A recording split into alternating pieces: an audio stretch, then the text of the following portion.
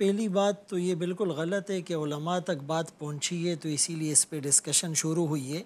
بیسیوں programme آپ کے جی T V کے چینل پر بھی اس وقت موجود ہے آن دی ریکارڈ کہ ان ایشوز پر علماء نے آواز اٹھائی ہے، صدائے احتجاج بلند کیا ہے کہ توہین رسالت کا قانون بالکل ٹھیک ہے، قرآن اور سنت کے مطابق ہے، لیکن اس کا غلط استعمال اس کو روکا جائے۔ بنیادی طور پہ بات ہے۔ جہاں تک فرنود عالم صاحب نے ایک بات کی کہ بھائی قانون اس کی گنجائش نہیں دیتا، تو اس بات نے مجھے ورطہ حیرت میں ڈال دیا، چونکہ آسیہ ملعونہ یا اس طرح کے کیسز میں اگر آپ وہ پورا پیرامیٹرز دیکھ لیں یا جو اس کا کرائیٹیریا ہے کہ باقاعدہ ڈی ایس پی کے لیول پر ایک آدمی جا کے انویسٹیگیشن کرتا ہے، پھر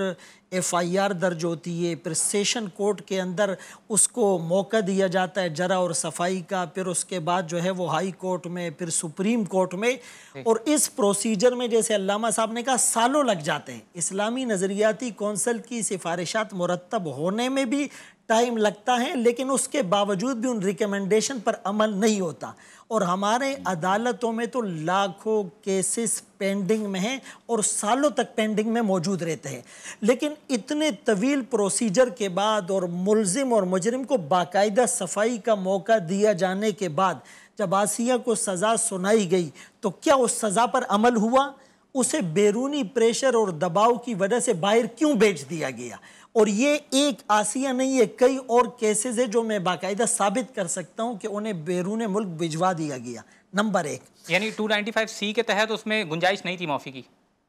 جی بالکل، ظاہر ہے وہ جب توہین رسالت کی سزا تو سزائے موت ہے اور عدالت کے اندر آئین کے مطابق ہے، لیکن اس کے باوجود سزا انہیں سنائی گئی، دی نہیں گئی، تو اس کی وجہ سے عوام کے اندر جو عدلیہ کی ساکھ ہے وہ متاثر ہوتی ہے اور اعتماد بحال نہیں ہوتا۔ نہیں تو پھر اس سے سوال تو یہ پیدا ہو رہا ہے نا کہ فرنود عالم صاحب بھی تو یہ کہہ رہے ہیں کہ جب معافی کی گنجائش موجود نہیں ہے تو پھر نہیں وہ یہ نہیں کہہ رہے معافی کی، وہ معافی کی گنجائش سے یہ مراد ہے کہ وہ کہتا ہے میری نیت ٹھیک نہیں تھی،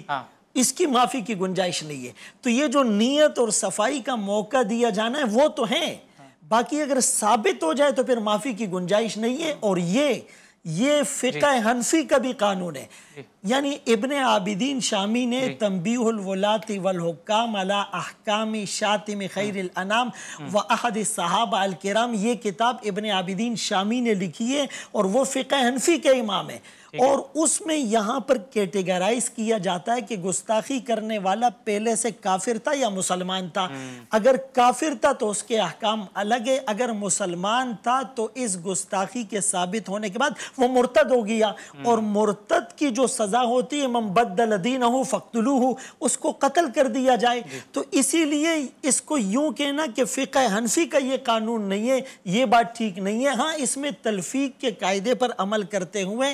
مختلف جیسے شوافع اور حنابلہ اور مالکیہ اور احناف کے قول کو لیا جاتا ہے، لیکن فقہ حنفی کے اندر بھی اس کی نظیر اور مثالیں موجود ہیں۔ اگلی بات جو بنیادی ہے نا، جس کی طرف علامہ صاحب نے بھی اشارہ کیا، مجھے ایک منٹ کہنے دے کہ ایک تو اسلامی نظریاتی کونسل میں یہ چیز دی جائے، دوسرا میں ان کی بات سے ایگری کرتا ہوں کہ سنجیدہ علماء پر مشتمل ایک فورم اور کمیٹی بنائی جائے جس میں ہر مکتبہ فکر کے علماء ہو، اور وہ اس چیز کو ڈسکس کرے اور تعین کرے کہ آیا یہ گستاخی ہے یا نہیں ہے۔ نمبر 3،